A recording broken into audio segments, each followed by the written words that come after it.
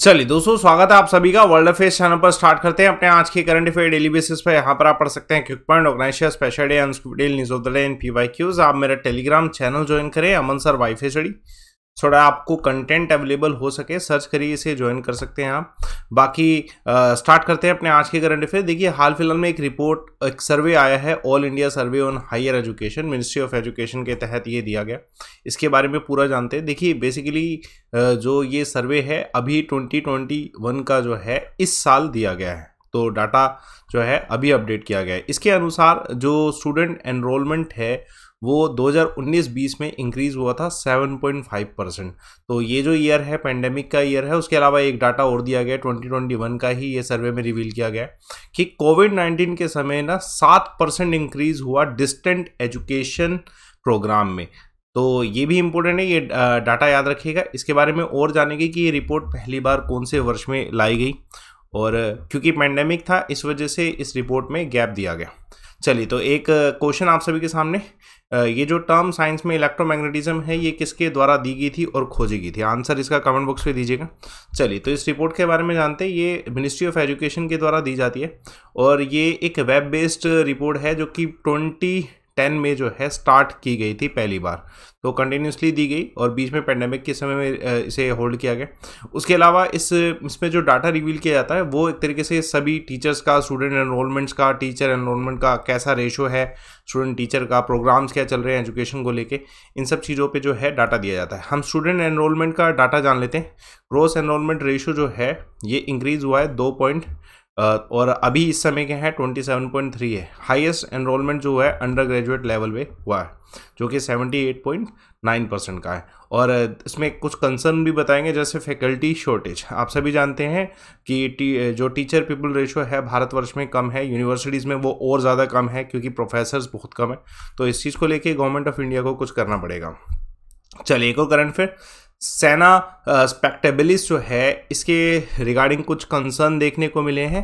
कहाँ पे? केरला स्टेट में। तो केरला की जो स्टेट है इसके मैनेजमेंट में एक प्लान लाया गया, और वो प्लान किस तरीके का है कि ये जो सेना स्पेक्टेबिलिस है, इन्वेजन स्पीसीज होते हैं, इन्वेजिस जो प्लांट है जो कि इरेडिकेट कर रहे हैं बाकी स्टेट की जो वाइल्ड लाइफ हैबिटेट है। तो मतलब ये बाकी जो वाइल्ड लाइफ हैबिटेट है उसके लिए एक थ्रेट है। अब लेकिन ऐसा नहीं कि इसको स्ट्रेट अवे एलिमिनेट कर दिया जाएगा ये जो स्पीशीज़ है। इसके लिए मैनेजमेंट प्लान ने कुछ आइडिया दिए हैं। इन्होंने कहा है कि इसका रिफॉरेस्टेशन प्रोग्राम स्टार्ट होना चाहिए और उसी के साथ इसको रिमूव किया जाए, ऐसे नहीं कि बिल्कुल रिमूव कर दिया जाए।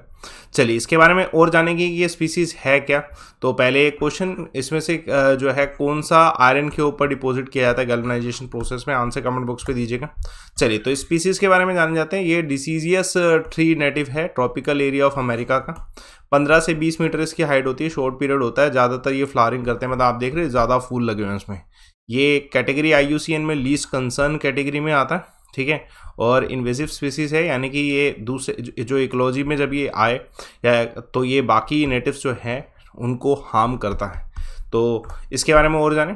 चलिए, नेक्स्ट करंट अफेयर, हाल फिलहाल में कौन new vice chief of air force बने हैं? तो अभी हाल फिलहाल में जो अपॉइंटमेंट हुई है, ठीक है, इसमें ऑप्शन में दे रखा अमनप्रीत सिंह जो हैं ये बनेंगे जो नए vice chief of air staff.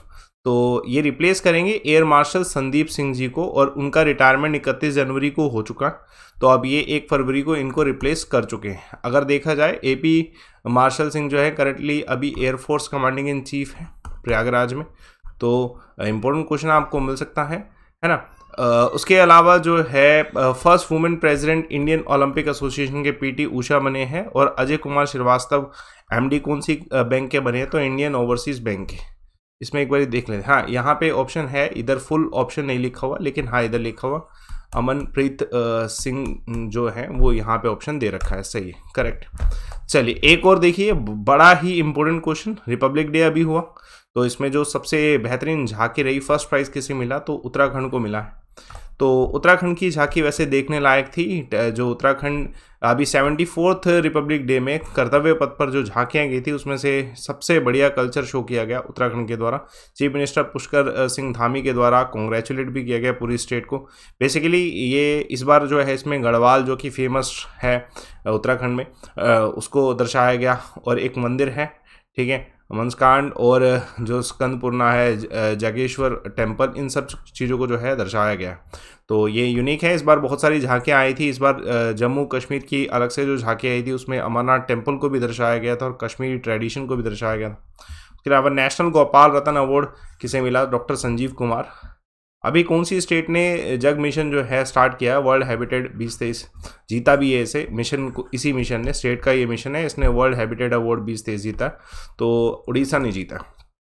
चलिए, हाल फिलहाल में फर्स्ट सीईओ कौन बने हैं गुजरात मैरीटाइम क्लस्टर के? तो अभी जो मधवेंद्र सिंह जो हैं, ये इनको जो है न्यू अपॉइंटमेंट दी गई है। सबसे पहली अपॉइंटमेंट है as a CEO, chief executive officer, Gujarat maritime cluster, जो कि Gujarat port infrastructure company limited के अंतर्गत जो है आता है। बेसिकली ये गुजरात के जो पोर्ट है, देखिए गुजरात में जो गिफ्ट सिटी है वो बहुत ज़्यादा इम्पोर्टेंट है हमारी कंट्री के लिए, ट्रेड के लिए।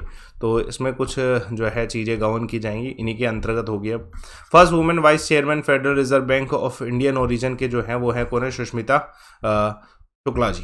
तो फेडरल रिजर्व बैंक है अमेरिका।